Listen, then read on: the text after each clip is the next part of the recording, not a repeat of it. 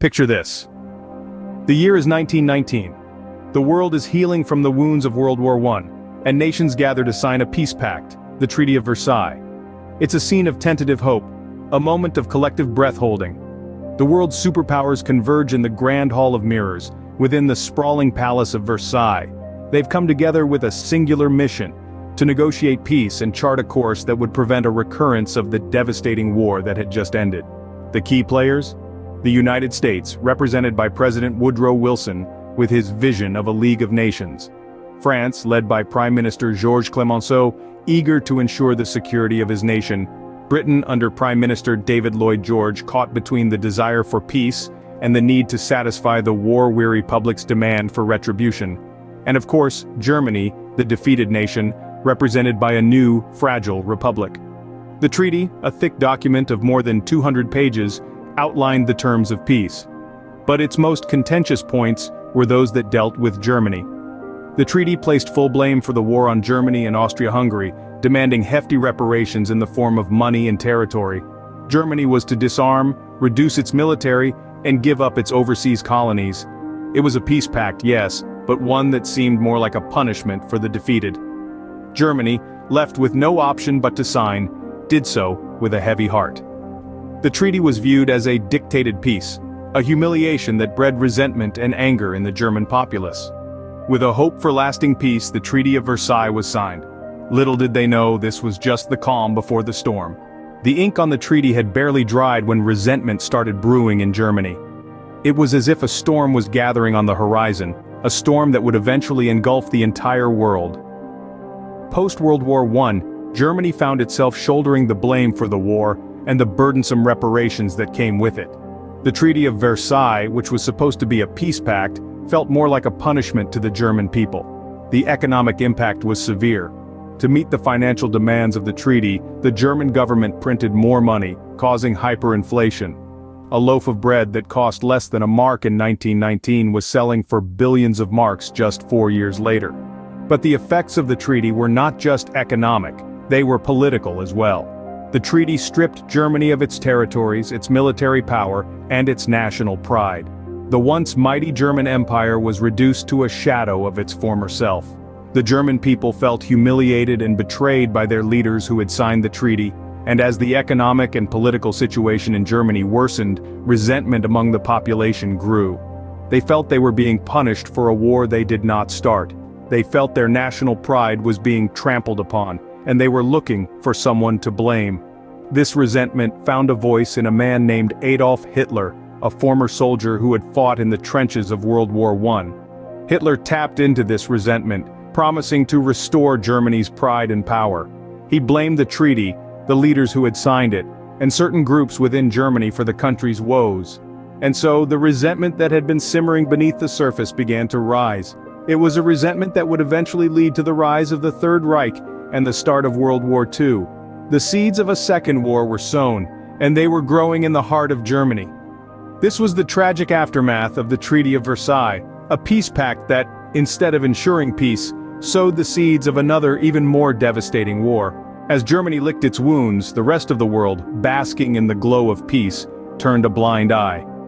In the period between the two world wars, the world stage was a chaotic tableau of shifting alliances, political maneuvering, and rising tensions.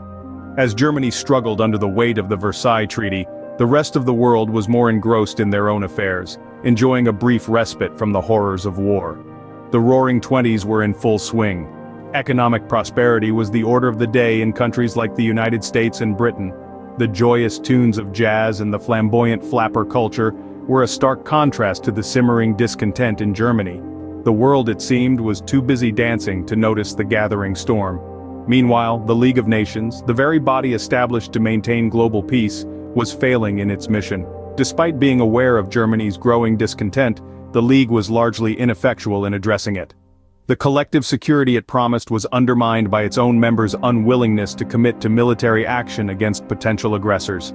Far East, Japan was on the rise, expanding its territories and increasing its military power. While the League of Nations condemned Japan's actions, it lacked the power to enforce its resolutions, further weakening its credibility. The world powers, engrossed in their own economic growth, chose to overlook these brewing conflicts. Back in Europe, Germany was silently rebuilding.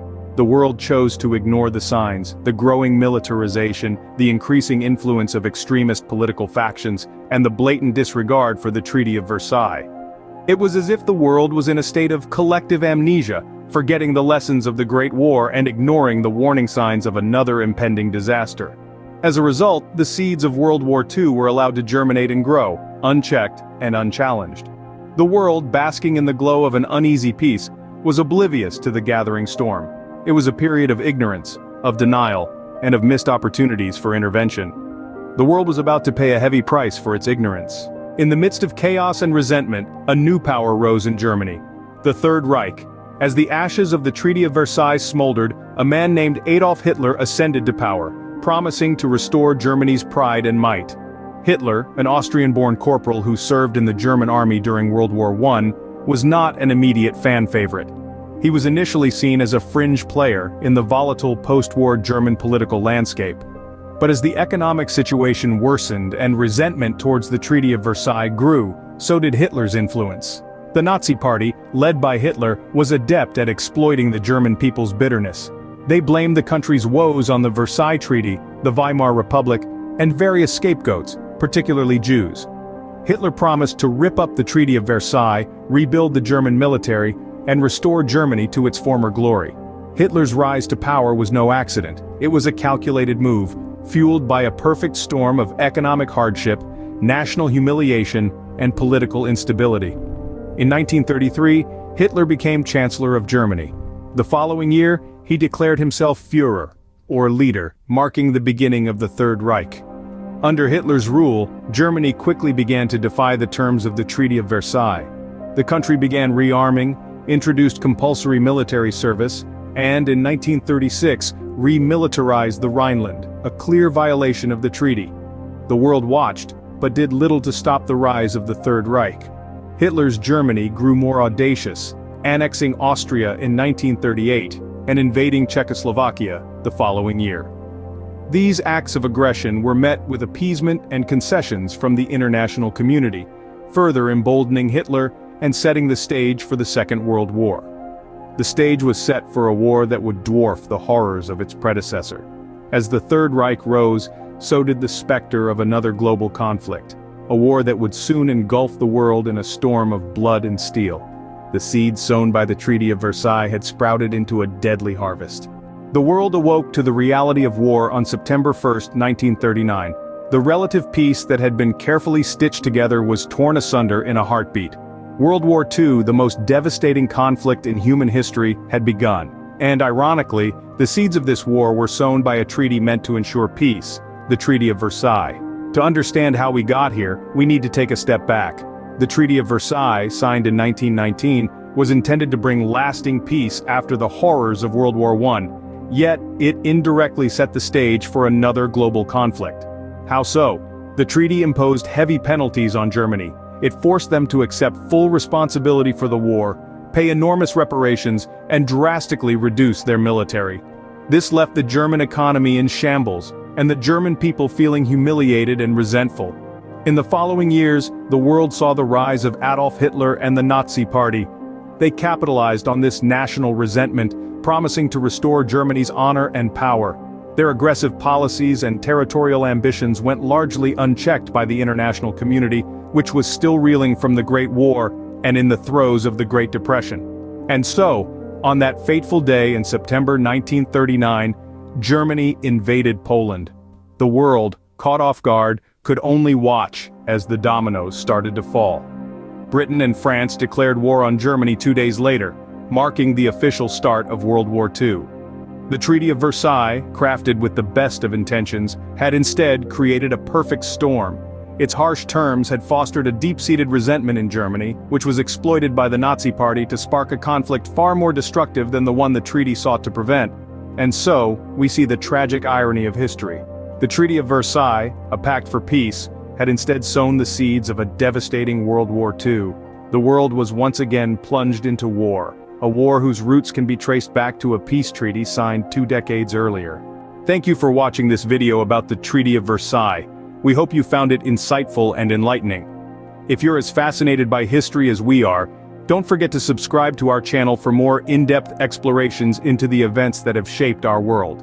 Now you can find a link to a free audiobook in the video description.